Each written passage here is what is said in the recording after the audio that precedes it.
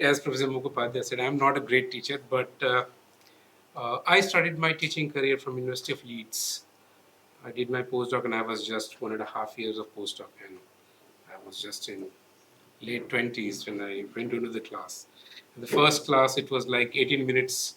I was not even saying to the students because I was so scared.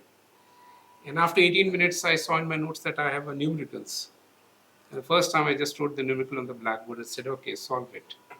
That was the first time I could look to the class, and everyone for the first time also stopped looking at me, and they all started looking at their notebook. That was the first breath I got. So the first thing I learned on that day was that you need to interact and you need to engage students.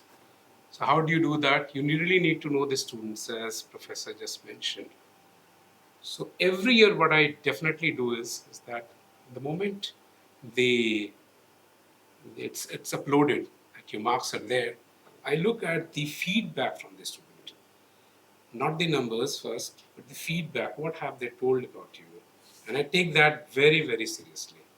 Very seriously means when I joined here in 2011, uh, the first remark was that because I was staying outside the campus, student mentioned teacher comes late, 6 minutes, 7 minutes. One wrote 9 minutes.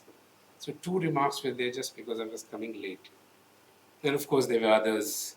Not enough solved problems for us to understand the theory. I am a petrophysicist and I am a geophysicist. I teach in Earth Science department. So basically, petrophysics is all about energy, and everyone today is somehow or the other affected by energy. And I look for oil and gas, but I'm also a satellite physicist. So I work on satellites. But I've been teaching petrophysics. So it's very easy to relate if you just give them some numbers. Okay, why did the oil slump happen? So then you are easily making a contact with the student and you are conveying the message that this is the reason why you really need to understand petrophysics well, because now you're going to hunt for new oil and gas reserves. And it's important before the new other non-fossil fuels, of course, becomes more popular. Right now, it's still oil and gas. So that's one thing. So I started adding a lot of numericals in the class. Every time I teach a concept, I ensure that the numericals is the only way that they understand the concept.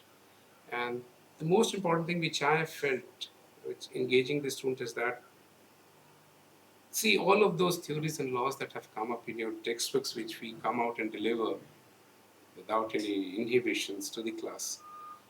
What they don't do is that you derive the equations, they'll mug it up or they'll understand it, every bit of it. They'll understand the theory.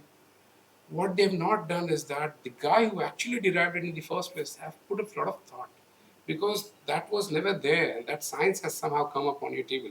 And that's happening even today as we move on and we evolve. So every time I write a concept, I do not derive anything for first couple of minutes. I just tell them, okay, tell me what's the concept. What would have that guy thought 100 years back or 50 years back? We are at least evolved 100 years now. We are not in the Stone Age now. With all facilities, Google at your fingertips, say something, and look at their faces, and somehow you will have to bring that engagement. So this is one thing I have tried to stick with that, with this philosophy. But I continue to evolve. I think that there's a lot more learning that still goes on, and every 3 4 years I definitely change my textbook, because I challenge myself that okay, this I know anyway, this book I know this theory.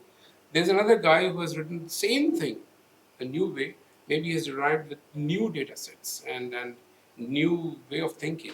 Maybe this definitely happens in design, I'm sure, because now you have new softwares and new way to look at the same thing. The design keeps on evolving. See our cars from back, aircraft from back, and now see how the things are changing. Surely for oil and gas, the same data sets, but now we are looking at more and more oil. Initially, we were looking at 3 kilometers deep. Now we are going at 5 kilometers deep. The technology is there. We can make Atal path so fast. It's just because of the faster technology that we are going to implement. So every few years, I definitely get rid of the old textbook. So it's also a way to challenge myself and keep learning. So which I try to bring on. Otherwise, students will continue to use the same sets of notes or any other questions, very well known. You know the numerical setting, just copy that, that's all. So that's what I had been doing. I had a question about feedback.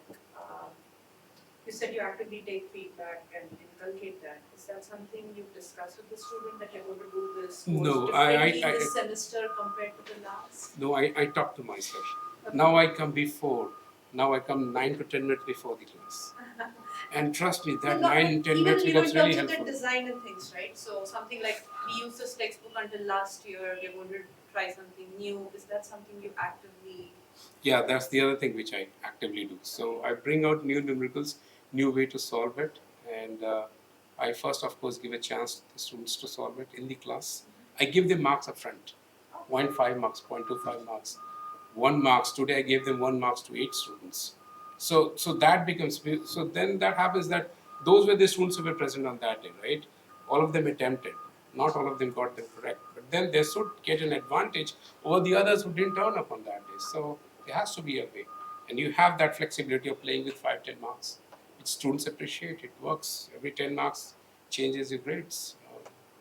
Attending the class and being dutiful is also, this would be rewarded in some way. Comment before we move on to the next person. So, I don't, in modern educational literature and all, you may have heard this word learner-centric or student-centric, and the idea, I mean, it's not a new idea, but it's what, you don't have to be apologetic for not being a good teacher or something. It's not about what we do, it's actually about how students learn. So if you flip this, that's what all of you are saying, that we are focusing on student learning, not so much on what we do. And now that's sort of the buzzword. You go to any school, anywhere, learner-centric, student-centric, but it's pretty much the same thing.